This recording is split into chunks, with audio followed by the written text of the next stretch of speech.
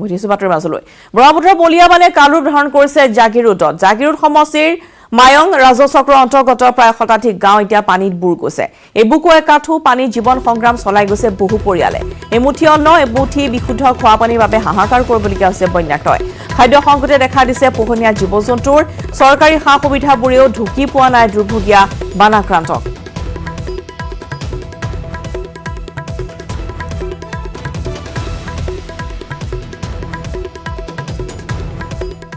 ৰাজ্য সংহাৰী বানত ক্ষতিগ্ৰস্ত লোকৰ আৰ্তনাদ আপুনি নিশ্চয় দেখিছে কিন্তু আজি আমি দেখুৱাম শোণিতপুৰৰ বৰচলাত মহাবহ ব্ৰহ্মপুত্ৰৰ বাঢ়নী পানীয়ে তাণ্ডৱৰ সৃষ্টি কৰা অঞ্চলৰ এক ভয়ংকৰ দৃশ্য বানত ডুবি থকা অঞ্চলটোৰ কেইটিমান শিশুৱে ভৰা পানীৰ মাজত ভূৰ অথবা নাও হিচাপে ব্যৱহাৰ কৰিছে টৌ এনেদৰে টৌত উঠি অতি বিপদজনকভাৱে নিৰাপদ স্থানলৈ ঢাপলি মেলিছে যিকোনো মুহূৰ্ততে ঘটিব পাৰে বিপদ তথাপিতো এওঁলোকে এনেদৰেই নিৰাপদ স্থানত টৌত উঠি গৈছে বিগত কেইবাদিনো ধৰি বানৰ কবলত থকা বৰচলাৰ বছাখিমলু অঞ্চলত এই মুহূৰ্তলৈকে স্থানীয় বিধায়ক কিংবা প্ৰশাসনৰ লোকে তেওঁলোকৰ দুখ দুৰ্দশা বুজ নোলোৱাত এক হাহাকাৰ অৱস্থাৰ সৃষ্টি হৈছে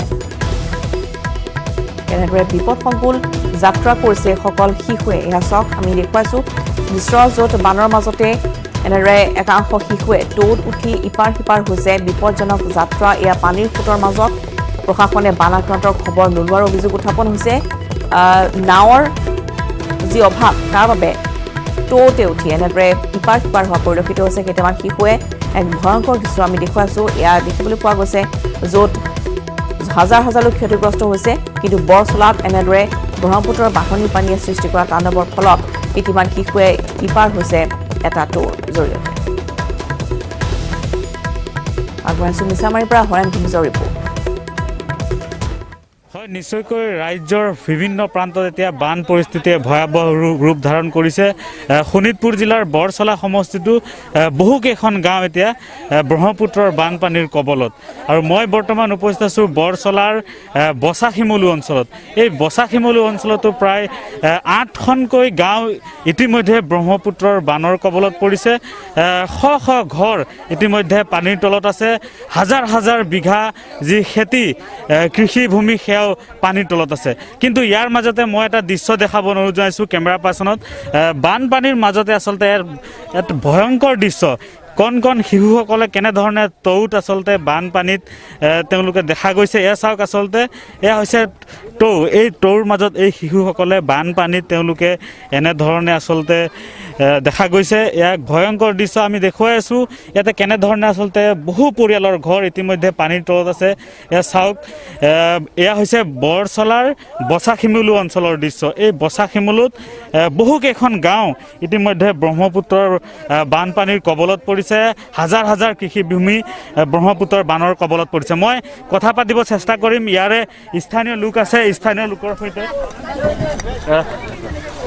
দাদা কি ক'ব দাদা কিমান কেইখন গাঁও ইয়াতে বানপানী আমাৰ ইয়াত ধৰক ইয়াত বৰবগীয়া পঞ্চায়তৰ এৰিয়াত মানে 5-6 হাজাৰ মানুহ আছে আমাৰ ইয়াত বৰবগীয়া পঞ্চায়ত আণ্ডাৰত যিখিনি হৈছে এইখিনিৰ ভিতৰত মানে পানী পুৰা পানী ভৰি গৈছে আমাৰ ইয়াতো যিটো চৰকাৰী ৰাস্তা আছিলে ৰাস্তা বুলি ক'বই নোৱাৰি ৰাস্তা মানে আগৰ পৰা মানে কি হৈছে যে টকাখিনি ৰাস্তাত এই 2-4 গাড়ী মাটি পেলাই মানে ৰাস্তা শেষ সেই ৰাস্তাটো মানে ওখ হ'লে আমাৰ ইয়াত ধৰক 15-20খন গাঁও আছে খেতি মাটি সব ডুবিছে সব পানীৰ তলত আছে বড়ো খেতি আমাৰ বহুত সবৰে মানে বড়ো খেতি পাট খেতি আৰু ধৰক এয়া কি বুলি কয় মাকৈ খেতি সব পানীৰ তলত আজি 15 দিনমান হৈ গ'ল এতিয়ালৈকে আমি কোনো ধৰণৰ সাহায্য পোৱা নাই এতিয়ালৈকে আৰু কোনো ধৰণৰ কোনো মানে আমাৰ বিধায়ক অহা নাই বা কোনো চৰকাৰী ফালৰ পৰা আমি কোনো সা সুবিধা পোৱা নাই এতিয়ালৈকে নাই কোনো খবৰ লোৱা নাই আমাৰ বিভাগীয় কৰ্তৃপক্ষ নাই কোনো খবৰ লোৱা নাই মাজত এদিন শুনিছোঁ আমাৰ বোলে লাটমণ্ডল বোলে আমাৰ বেলচিৰিলৈকে বোলে আহিছিলে বেলচিৰি দলংটো যে আছে দলংলৈকে আহিছিলে আমাৰ পিছে আমাৰ গাঁওখিনিত অহা নাই এতিয়ালৈকে এয়া হৈছে স্থানীয় লোকৰ ক্ষোভ তেওঁলোকে ক্ষোভ প্ৰকাশ কৰিছে কাৰণ ইয়াত বৰ্তমানলৈকে চৰকাৰ জনপ্ৰতিনিধিৰ কোনো লোক ইয়াত আহি পোৱা নাই তেওঁলোকে খবৰ লোৱা নাই আমি আৰু কথা পাতিম এইসকল লোক চাওক কেনেধৰণে আচলতে ওখ ঠাইত তেওঁলোকে আশ্ৰয় লৈ আছে। এইসকল বৰ্ণাঢ্যই এয়া হৈছে বৰচলাৰ দৃশ্য। এনেধৰণে তেওঁলোকে ওখ ঠাইত আচলতে আশ্ৰয় লৈ আছে কাৰণ তেওঁলোকৰ ঘৰ পানীত ডুব গৈছে। ডিব্ৰুগড় জিলাৰ মৰাণৰ বিভিন্ন অঞ্চলত অপৰিৱৰ্তিত হৈ আছে বান পৰিস্থিতি। মৰাণ সমষ্টিৰ অন্তৰ্গত কুতুহা পঞ্চায়তৰ ভগামুৰ অঞ্চলত অভাৱনীয় পৰিস্থিতিৰ সৃষ্টি কৰিছে চেঁচা নৈৰ বানে। 100% কৃষিজীৱী লোকে বসবাস কৰা অঞ্চলটোৰ মুঠ 425 হেক্টৰ কৃষিভূমি ডুব গৈছে বানত। তদুপৰি বানৰ কবলত পৰিছে বহু লোকৰ বাসগৃহ। বিগত 10 দিন ধৰি বান পৰিস্থিতি অপৰিৱৰ্তিত হৈ থকাৰ ফলত বিশেষকৈ পশুধনৰ খাদ্যক লৈ সমস্যাৰ সন্মুখীন হৈছে কৃষক ৰাইজ। একেদৰে শালি ধানৰ খেতিৰ পৰা কঠীয়া পানীত ডুবি গৈ থকা এইবাৰ কৃষকসকলৰ সন্মুখত গভীৰ সমস্যাই দেখা দিছে।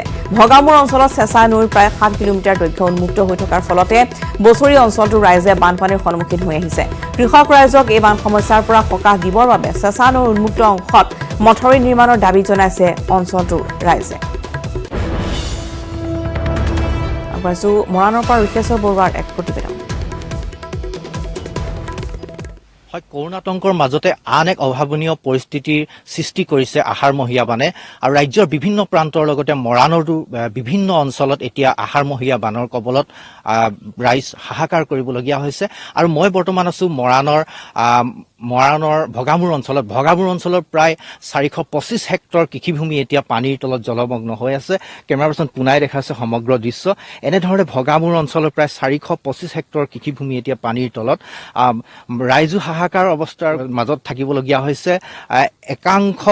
একাংশ কৃষকৰ ঘৰ পানীৰ তলত আছে আৰু একাংশ কৃষকে আকৌ ঘৰৰ ভিতৰতে চাং পাতি থাকিবলগীয়া হৈছে। পশুধনসমূহ কেনেধৰণৰ হাহাকাৰ অৱস্থাৰ মাজত থাকিবলগীয়া হৈছে এয়া সহজে অনুমেয়। আৰু ক'ব লাগিব যে মৰাণ সমষ্টি অন্তৰ্গত কেইবাখনো গাঁও এনেধৰণে বানৰ কবলত পৰিছে। আৰু মোৰ ওচৰতে আছে ভগামুৰ অঞ্চলৰ কেইজনমান সচেতন ব্যক্তি, মই কথা পাতিবলৈ চেষ্টা কৰিম। কেনেধৰণৰ সমস্যাৰ সৃষ্টি হৈছে আপোনালোকৰ? আমাৰ এইবাৰ পানীটো অলপ বেছি হৈছে। আন কিবাৰটো হয়েই, এইবাৰতো বেছি হৈছে। সেইকাৰণে আমাক এইবাৰ ৰাইজে বা যিখিনি ভোগ কৰিছে বা পানীৰ পৰা দুখত থাকিবলগীয়া হৈছে, চৰকাৰে তাৰ কিবা এটা নিৰাময় কৰিলে আমি বেছি ভাল পাওঁ। হয়, নিশ্চয়কৈ ক'ব লাগিব এইবাৰে নহয় প্ৰতি বছৰে ইয়াত বানে বিধ্বস্ত কৰি তোলে এই অঞ্চল। মোৰ ওচৰতে আন এজন ব্যক্তি আছে, আপোনাৰ ওচৰলৈ আহিছোঁ। সমস্যাৰ সন্মুখীন হ'বলগীয়া হৈছে, কি ক'ব আজি? ভগামুৰ অঞ্চলত এতিয়াই নহয় বহু বছৰৰ পৰা চেঁচাৰ দক্ষিণ অঞ্চলত থকা ভগামুৰ গাঁও কোনো মথাউৰি নোহোৱাৰ কাৰণে বিপদত পৰি আছে। এইবাৰ কিন্তু অতীত পানী হোৱাৰ কাৰণে ভগামুৰ অঞ্চলৰ কঠীয়া ৰোৱা বহুত মাৰিলে। আৰু ভৱিষ্যতে এই গাঁওখনত যদি 37 নং ৰাষ্ট্ৰীয় ঘাইপথৰ পৰা বৰিয়াগাঁও চেঁচা দলঙলৈকে এটা যেতিয়া দক্ষিণ পাৰে মথাউৰি নহয়, অদূৰ ভৱিষ্যতলৈকে ভগামুৰবাসী ৰাইজ এই এনেকুৱা অৱস্থাতে হাহাকাৰ কৰি থাকিব লাগিব। আৰু বিপদ প্ৰতি বছৰে আৰু বেয়া ফাললৈ যাব কৃষকৰ।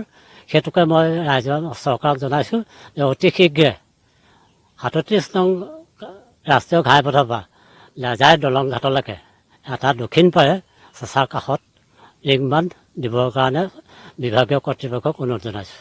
হয়, নিশ্চয় ক'ব লাগিব যে ইয়াত এটা ৰিং বান্ধৰ প্ৰয়োজন আছে। চেঁচা নদীৰ পাৰৰ এটা ৰিং বান্ধ প্ৰয়োজন আছে। আৰু মোৰ ওচৰতে আন এজন ব্যক্তি আছে, আপোনাৰ ওচৰত আহিছোঁ। এই অঞ্চলটো হ'ল বানপানী এৰিয়া বুলিয়ে ক'ব পাৰি। বিশেষকৈ এই চেঁচাৰ আমাৰ যিটো বান আপোনালোকে দেখি আছে, এই বানপানীটো স্থায়ী বানপানী। কাৰণ আজি বহুত বছৰ আমি খেতি আৰম্ভ কৰিবলৈ লোৱাৰ লগে লগে বানপানীটো আহি পায়। আজি যোৱা জেঠৰ মাহত এই বানপানীয়ে আমাক পথাৰ ডুবাই ৰাখিলে। আৰু এতিয়া এই যিটো বানপানী হৈছে, আমাৰ ঘৰৰ কাষৰ প্ৰায় মানুহৰ ঘৰ তল গৈছে, কঠীয়া তল গৈছে। এই অৱস্থাটো আমাৰ ভৱিষ্যতেও হ'ব বুলি আমাৰ এতিয়া সকলো ৰাইজৰ। সেয়েহে আমি এটা টানি অনুৰোধ চৰকাৰক জনাব বিচাৰিছোঁ যে চেঁচা কোষৰ পৰা আমাৰ বৰুৱাগাঁও যিটো লেজাই বৰুৱাগাঁও যিটো মাথাউৰি আছে, 37 নং ৰাষ্ট্ৰীয় পথ আছে, সেই পথলৈ আমাৰ এটা ৰিং বান্ধ ব্যৱস্থা কৰিবৰ কাৰণে চৰকাৰক আমি টানি অনুৰোধ জনাইছোঁ। মূল খলনায়ক ৰাকেশ পালৰ 1.5 কোটি টকা সম্পত্তি বাজেয়াপ্ত। ইডিয়ে জব্দ কৰিলে ৰাকেশ পালৰ সম্পত্তি। ৰাকেশ পালৰ 7টা অস্থাৱৰ সম্পত্তি জব্দ কৰা হৈছে।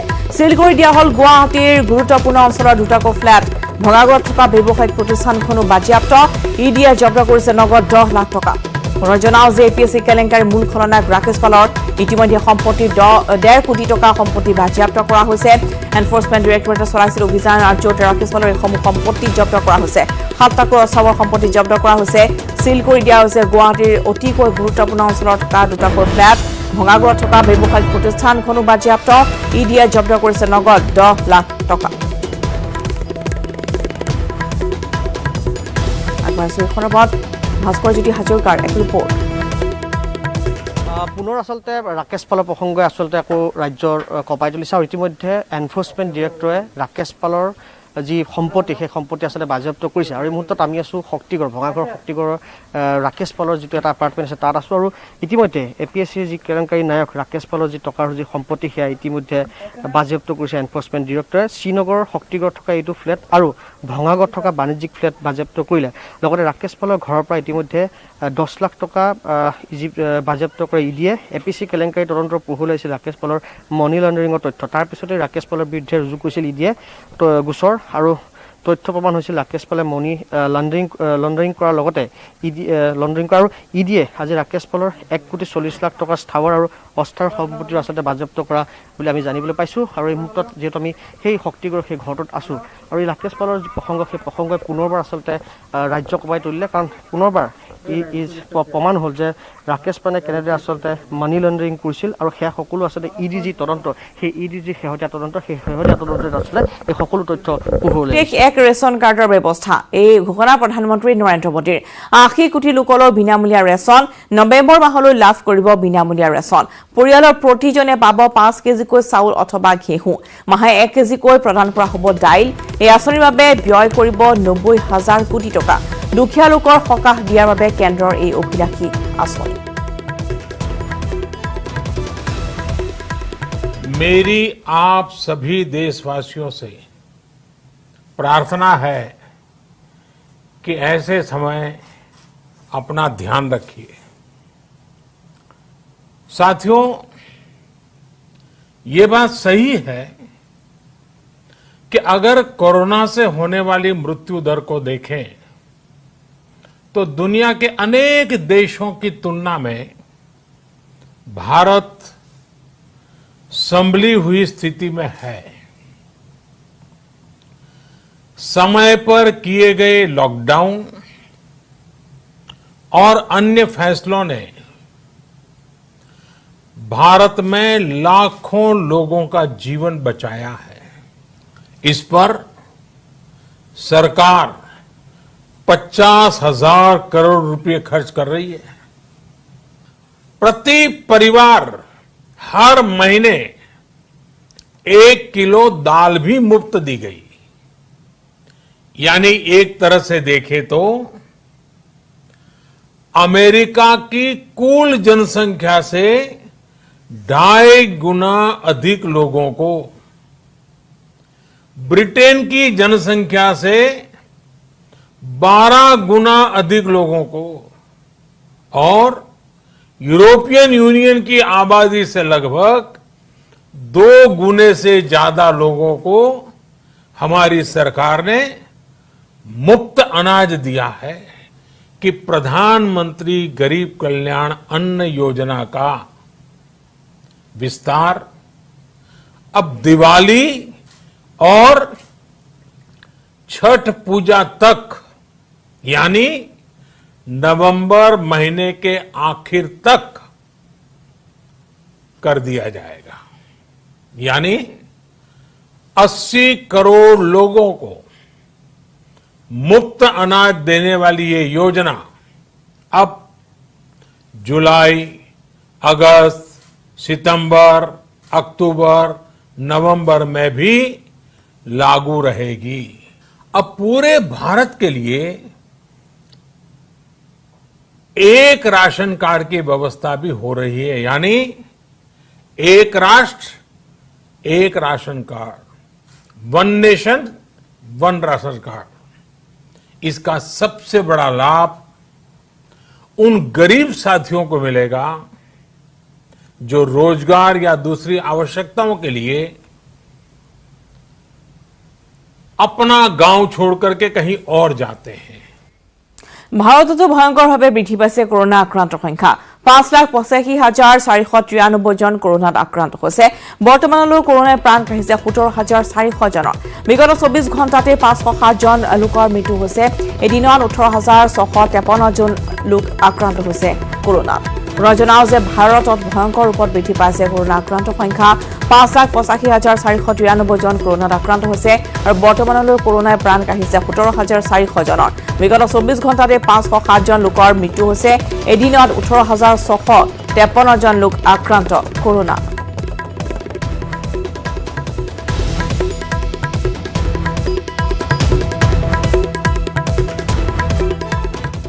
খহনীয়াৰ ভয়াৱহতাই অসম অৰুণাচল সীমান্তৱৰ্তী জাগুনৰ 1 নং টকলং গাঁৱৰ ৰাইজৰ জীৱনলৈ কঢ়িয়াই নিছে চৰম ভাবুকি এশয়গুৰি সমস্যাৰে জৰ্জৰিত এই গাঁওখন সহস্ৰাধিক লোক বাস কৰা গাঁওখনত নাই উন্নত বাট-পথ খোৱাপানী বিজুলী বাতি দলং আদি সকলো ক্ষেত্ৰতে আজিলৈকে উন্নয়নৰ মুখ নেদেখা এইখন গাঁৱৰ ৰাইজে শেহতীয়াকৈ বুঢ়ীদিহিং নৈৰ খহনীয়া সৰ্বশান্ত কৰিছে গাঁওবাসীক বছৰ বছৰ ধৰি স্থানীয় জনপ্ৰতিনিধিক আবেদন জনায়ো গাঁওবাসীয়ে কোনোটো চৰকাৰৰ পৰাই এই সমস্যা সমাধানৰ একো উপায় পোৱা নাই অৱশেষত এনেদৰে নৈৰ ঘাটলৈ ওলাই আহি গাঁওখনৰ পুৰুষ মহিলাই চৰকাৰৰ বিৰুদ্ধে শ্লোগান দি প্ৰতিবাদ সাব্যস্ত কৰিছে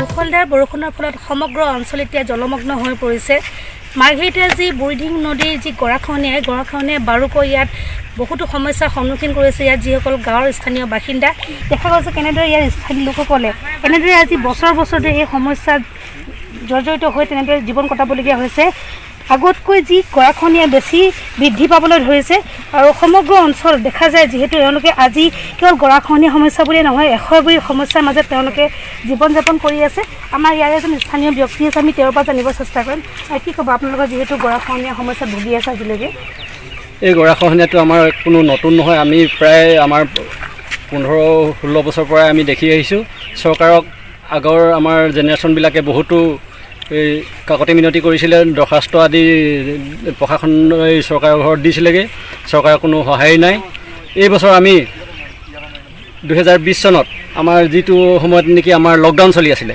লকডাউনৰ সময়ত আমি আমাৰ গাঁৱৰ ৰাইজে আলোচনা কৰি প্ৰত্যেকৰ ঘৰৰ পৰাই বাঁহ 10 ডাল 15 ডাল 20 ডাল কিছুমানে হয়তো থকাবিলাকে এজোপালৈকে দি দিছে তেনেকৈ বাঁহ আমি সংগ্ৰহ কৰি প্ৰায় আমি 10 দিনমান সময় আমাৰ ল'লে নেকি এনেকুৱাকৈ কিবা এটা আমি সমস্যাৰ পৰা সমাধান পাওঁ নেকি বুলি পেলাই আমি নিজ হাতে নিজৰ শ্ৰমদানেৰে আমি এইখিনি বান্ধ দিছিলোঁ কিন্তু যেনেদৰে দিছিলোঁ তেনেদৰে আমি আশানুৰূপ ফল নাপালোঁ তথাপিও অলপ হ'লেও সকাহ পাইছোঁ বুলি ভাবিছোঁ কিন্তু চৰকাৰক আমি বাৰম্বাৰ এতিয়া নহয় আমি প্ৰায় দেখিবৰ পৰা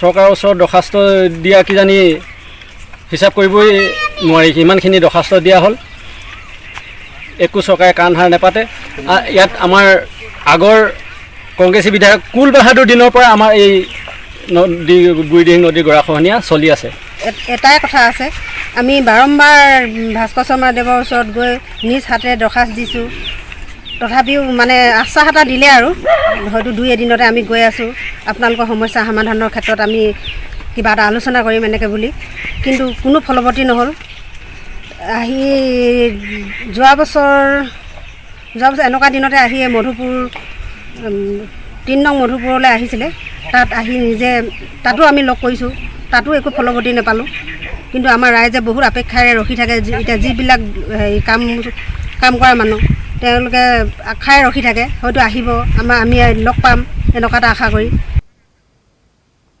আকৌ বানৰ ভাঙিছে পৃথিৱী বিখ্যাত কাজিৰঙা ৰাষ্ট্ৰীয় উদ্যান বানৰ বাবে চৰম দুৰ্দশাৰ সন্মুখীন হৈছে উদ্যানখনৰ বন্য জীৱ-জন্তু বানৰ ফলত এই পৰ্যন্ত কাজিৰঙাত মৃত্যু হৈছে এটা গড় সহ 14টাকৈ বন্যপ্ৰাণীৰ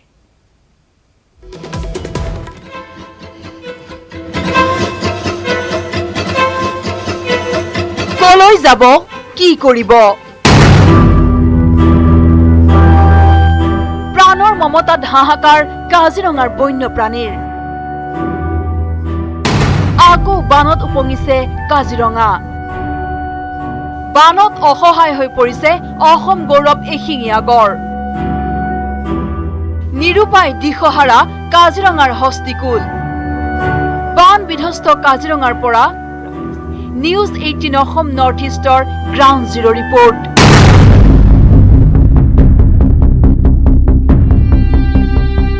প্ৰতিকূলতাকো নেওচি বানে ধোৱা কাজিৰঙাৰ বুঢ়া পাহাৰৰ দিশে আমাৰ সাংবাদিক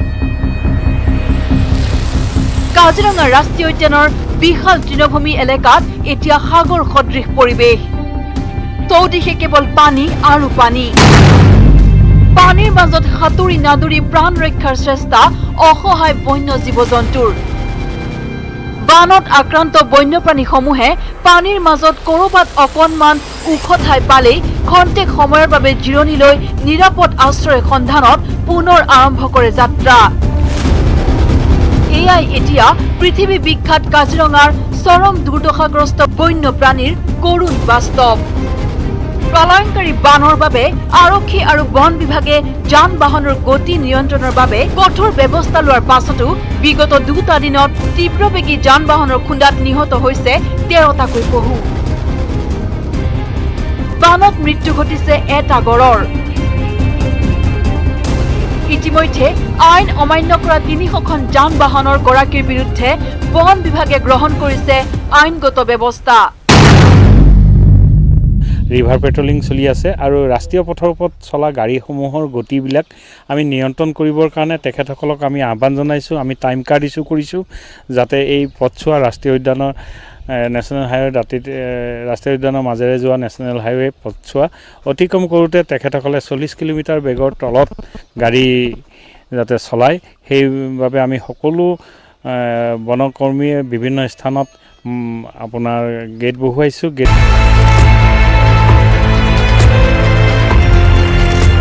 উল্লেখ্য যে কাজিৰঙাৰ ব্যাঘ্ৰ প্ৰকল্প এলেকাৰ 223টা বন শিবিৰৰ ভিতৰত 144টা বন শিবিৰ প্লাবিত হৈছে ব্ৰহ্মপুত্ৰৰ বাঢ়নী পানী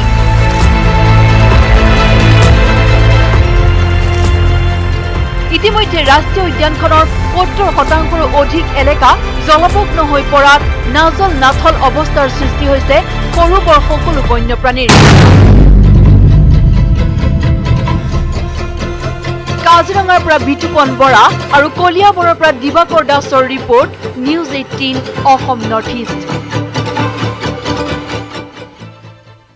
জখলাবন্ধাৰ ৰাজপথত তীব্ৰবেগী বাহনৰ খুন্দাত মৃত্যু হ'ল এটি পহুৰ কাজিৰঙা ৰাষ্ট্ৰীয় উদ্যানৰ পৰা বানত দিশহাৰা হৈ ওলাই আহিছিল পহুটো নিৰাপদ স্থান বিচাৰি 37 নং ৰাষ্ট্ৰীয় ঘাইপথ অতিক্ৰম কৰোঁতে এখন বলেৰো বাহনৰ খুন্দাত গুৰুতৰভাৱে আহত হয় পহুটো আৰক্ষী বন বিভাগৰ লোকে আঘাতপ্ৰাপ্ত পহুটোৰ চিকিৎসাৰ ব্যৱস্থা কৰে যদিও মৃত্যু হয় পহুটো